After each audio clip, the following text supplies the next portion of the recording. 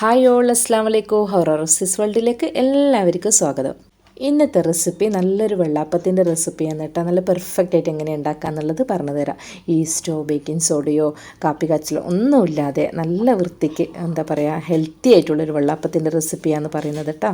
റെസിപ്പിയിലേക്ക് പോകുന്നതിന് മുന്നേ ആയിട്ട് എൻ്റെ ചാനൽ ഇതുവരെ സബ്സ്ക്രൈബ് ചെയ്യാത്തവരുണ്ടെങ്കിൽ ഒന്ന് സബ്സ്ക്രൈബ് ചെയ്ത് സപ്പോർട്ട് ചെയ്യണേ. അതുപോലെ തന്നെ നിങ്ങൾ ഫ്രണ്ട്സിനും ഫാമിലീസിനും എല്ലാം ഒന്ന് ഷെയർ ചെയ്യാനൊന്നും മറന്നു പോകരുത്.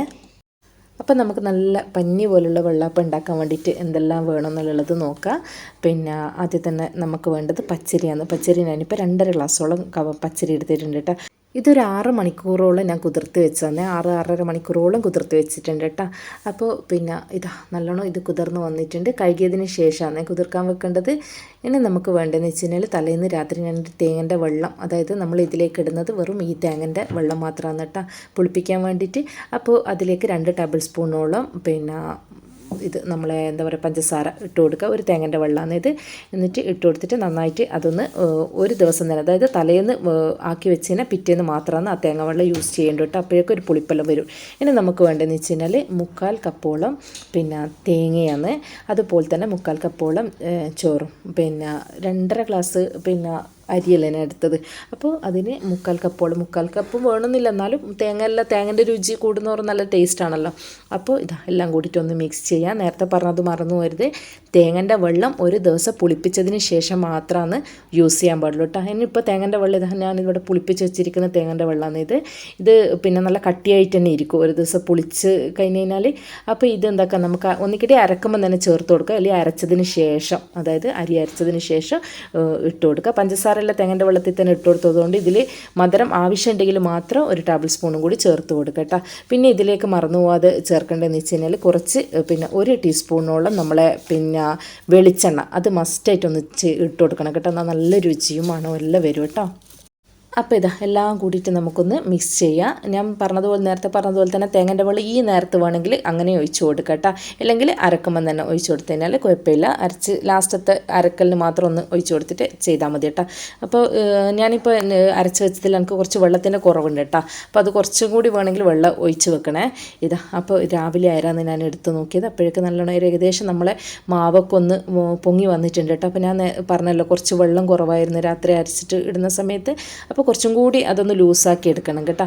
അപ്പോൾ ഇത് നമുക്കിപ്പോൾ ലൂസാക്കാവുന്നതുള്ളൂ. പിന്നെ ഒന്നിക്കുണ്ടെങ്കിൽ നമ്മൾ തേങ്ങാപ്പാൽ വെച്ചിട്ട് തന്നെ ലൂസാക്കുക, അല്ലെങ്കിൽ സാധാരണ വെള്ളം കൊണ്ട് ലൂസാക്കി എടുത്താൽ മതി. ഞാനിവിടെ സാധാരണ വെള്ളം യൂസ് ചെയ്യുന്നത് കേട്ടോ. ഇനി നമുക്ക് ഏകദേശം കുറച്ചൊരു ആവശ്യത്തിനുള്ള ഉപ്പ് ചേർത്ത് കൊടുക്കാം. പിന്നെ മധുരം വേണമെന്നുള്ളവർക്ക്, ഇനിയും നല്ലൊരു മധുരം വേണമെന്നുള്ളവർക്ക് കുറച്ചും കൂടി പഞ്ചസാര ഇടാം. പിന്നെ അല്ലെങ്കിൽ ഇങ്ങനെ ഈ ഒരു അളവിൽ തന്നെ ചെയ്ത് കൊടുക്കട്ടെ. അപ്പോൾ ഇതാ ഈ ഒരു അയവിൽ നമുക്ക് കിട്ടണം കേട്ടോ. ഈ ഒരു അയവിൽ പിന്നെ കിട്ടിക്കഴിഞ്ഞാൽ വെള്ളപ്പം നല്ല വൃത്തിക്ക് നമുക്ക് പെർഫെക്റ്റ് ആയിട്ട് കിട്ടും. അപ്പോൾ ഇതാ ഇനി അത് ചൂടാൻ വേണ്ടി ഞാൻ ഒരു നോൺ സ്റ്റിക്കിൻ്റെ ചട്ടിയാണ് ഇട്ടിരിക്കുന്നത് കേട്ടോ. അതിലേക്ക് നമുക്ക് ഒഴിച്ചിട്ട് ഇങ്ങനെ ചുറ്റിച്ച് കൊടുക്കുക. പിന്നെ അരക്കുന്ന സമയത്ത് വെളിച്ചെണ്ണ ഒരു സ്പൂണ് ഇട്ട് കൊടുക്കണം കേട്ടോ. അത് നല്ലൊരു ഇതാണ്, ടിപ്പാണ്. ഇട്ട് കൊടുത്തതിനാൽ വെള്ളപ്പം നല്ല അടിപൊളിയായിട്ട് കിട്ടും. ഇതാ നമ്മളെ വെള്ളാപ്പം ഇവിടെ ആയിക്കഴിഞ്ഞിട്ടുണ്ട്.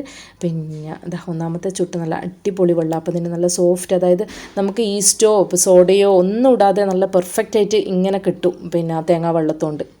അപ്പോൾ തേങ്ങ എന്താക്കുക, ആദ്യം തന്നെ പിന്നെ നമ്മൾ ഉടച്ചിട്ട് വെള്ളം അവിടെ പിന്നെ പുളിപ്പിക്കാൻ വെച്ചിട്ട് ഫ്രിഡ്ജിൽ സൂക്ഷിച്ച് വെച്ചാൽ മതി. 2-3 ദിവസമെല്ലാം സൂക്ഷിച്ച് വെച്ച് കഴിഞ്ഞാൽ ഒന്നും ആവില്ല കേട്ടോ. അപ്പോൾ നല്ല പഞ്ഞി പോലത്തെ പിന്നെ വെള്ളാപ്പം നമുക്കായി കിട്ടും.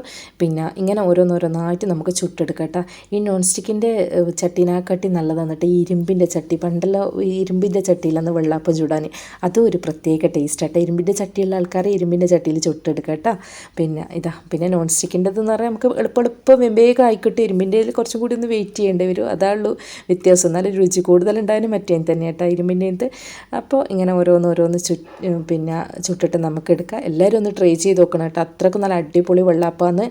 ഞാൻ നേരത്തെ പറഞ്ഞതുപോലെ തന്നെ ഒരു സംഭവങ്ങൾ ഈസ്റ്റോ ബേക്കിംഗ് സോഡയോ പിന്നെ കാപ്പി കച്ചിലോ ഒന്നും നമ്മൾ ചെയ്യാതെ ഇത്രയും പെർഫെക്റ്റായിട്ട് ചുട്ടെടുക്കുന്നുണ്ട്. കുട്ടികൾക്കും എല്ലാവർക്കും നല്ല ഹെൽത്തി ആയിട്ടുള്ളൊരു സാധനമാണ്. അപ്പോൾ വീഡിയോ എല്ലാവർക്കും ഇഷ്ടപ്പെട്ടിട്ടുണ്ടെന്ന് വിചാരിക്കുന്ന അടുത്ത വീഡിയോ വരുന്നവർ എല്ലാവരോടും thanks for watching my video.